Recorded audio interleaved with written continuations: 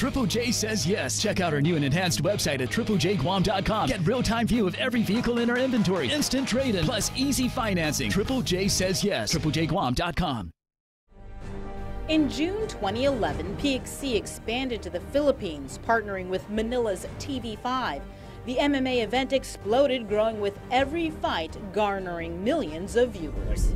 Just moving to the PI aspect, I mean, when you talk about like the kind of fighters we had on the card, you know, in the early days versus the kind now, I mean, any PXC, I mean, you could have fighters from, you know, Sweden, fighters from Japan, fighters from the Philippines, fighters from, you know, like, you know, the States. I mean, just, it's truly international, and it's such a high level of competition. Like, how is that evolution for you guys, going from like having like your boys fighting to like having these guys who are, I mean, like you said, you look on YouTube and they fought the best of the best, like fighting under the PXC banner?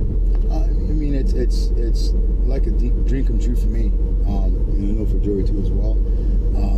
But you know, with the Philippines operation there, I mean, it's, you know, it's EJ, it's John Paul. You know, those guys are killing it there, and you know, the thing about any company, when you start a company up, you know, you have your idea, you have your dream, and you have like this mission statement, of course.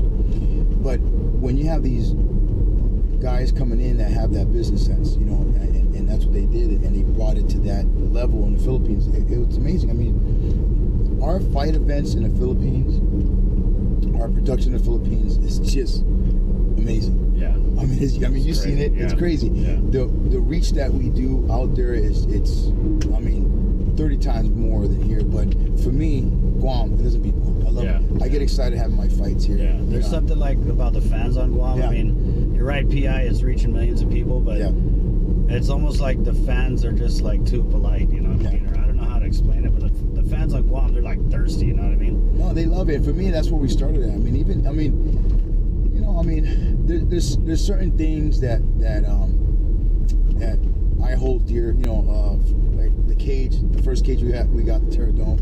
A lot of people don't know about the cage, but it was made and built in 1992. John Lewis, one of the old MMA fighters, used it for the first cage fight in Vegas. Then it moved over for a couple of months to Randy Couture. Then BJ Penn and their family, JD, they bought it. They use it for their shows. And when I was out in Hilo training, I seen it in the back, and I asked what's going on. They said, "Oh, we just bought a new cage, and we're gonna do this one," and ended up bringing it here. And for me, it was so cool because we were using history, right? History, yeah. We were using a Terradome, and it had so much history behind it. You know, like all these fighters that we've seen on UFC and all these retired fighters fought in that cage. Yeah. And things like that, for me, you know, tend to hold a deeper meaning when it comes from PXC. Yeah. Just small things, you know. Some people, small for me is kind of big. Like when we got the new cage, oh man, I was heartbroken. Yeah. Because I felt like we just put away something that I love so much. But now we're gonna end up bringing her up and keeping her and letting her rot in peace one of these days. You know, with the PI going in there and doing that first show at the casino, I mean, there had been like other fight events in the Philippines, but they weren't ready for PXC. Like they've had like their shows, but when PXC came to town and you know, we put on that first fight, you could see people were just like jaw dropping. And we brought the Guam boys with us, but it's like the production level of it, you know what I mean? Just the show as a whole. I mean, yeah, the fights, at the end of the day, it's about the fights, but they just weren't ready. And I feel like I was surprised because I thought, wow, this is the Philippines, they're probably already established. But when people saw PXC, it just like all of a sudden, like in between the first show and the second show, you had like Filipinos coming out of the woodwork wanting to like fight, you know what I mean? It like gave them something to dream about. I wasn't ready. I mean, you know, to be honest with you, because, you know, like I said, EJ and John Paul took this and they ran with it. And that's when we turned PXC into the tropical umbrella. And when they took it, I wasn't ready for that. Like, I didn't know what they were doing and planning. And, you know, at first I was just kind of like, man, what are you guys doing? How's the show? And when that first show, the production, the setup, where we had it at the Resort World, I was taken back. I was like, wow, okay, you know, we did it. You know, we made it. And then every single show got bigger. And then we did shows at another stadium that I love it. You know, I love doing there. And an artist, and then we went to the casino we're at now. I mean, it's just every time we move our shows in the Philippines, it's just like jaw dropping. Yeah, man.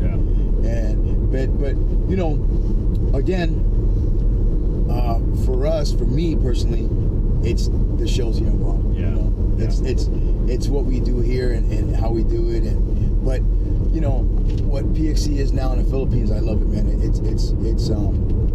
It's not known as a foreign company. It's a Philippine company. Yeah. They embrace it like their own company. And you see these fighters like, I mean, I had no clue. Like, Philippines always been about boxing, you know, but like PXC going to the Philippines, we made the Philippines about MMA, because now you see like there's the different gyms, whether it's you know, Team Lakay or, you know, Sub Sports, or just these so many of these gyms are just turning out like amazing fighters, and they're hungry, you know what I mean? And it's like when they get in that cage for PXC, they just leave it all in the line. I mean, it's like do or die for those guys. No, those guys, they can fight, man. I mean, you know, the funny thing is, you see these Filipino fighters, they're a lot more, their strength is more boxing. Yeah. Then you see them like a year later, and they're taken down, and they're shooting a triangle, and they're learning.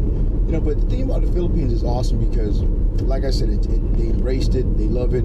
I mean, there's even like local guys here, you know, like our announcer. You know, there's signs saying "I love you." I'm not sure if you know his name's Chris. I don't know, but you know, I'm looking in the crowd and like, "I love you, Chris." And I mean, I'm like, "Oh man." Okay. But you know, that's one thing that freaked me out was Joey and I did the first couple of interviews. They call Primer out there. Yeah. And we were staying in a hotel at the Marriott, and we would come downstairs, and the waiters and the bellboy would ask for my autograph, and Joey would like, what the hell's going on? Because everyone watched that on TV. Yeah. And it kind of, I mean, and that's why, you know, for me, it was. I knew then that the Philippines were hungry for this type of company. Yeah. You know? Because there were small little shows running around there, but we brought that professional, I keep saying platform, but platform for their fighters. I mean, already one or two or maybe three of their fighters have gotten signed to UFC. Yeah. So we were able to bring that awareness to the Philippines that there is talent out there, you know? From expansion into the Philippines, what's next? Find out when Cruising with KUAM continues in a moment. Triple J says yes. Check out our new and enhanced website at triplejguam.com. Get real-time view of every vehicle in our inventory, instant trade-in, plus easy financing. Triple J says yes. triplejguam.com.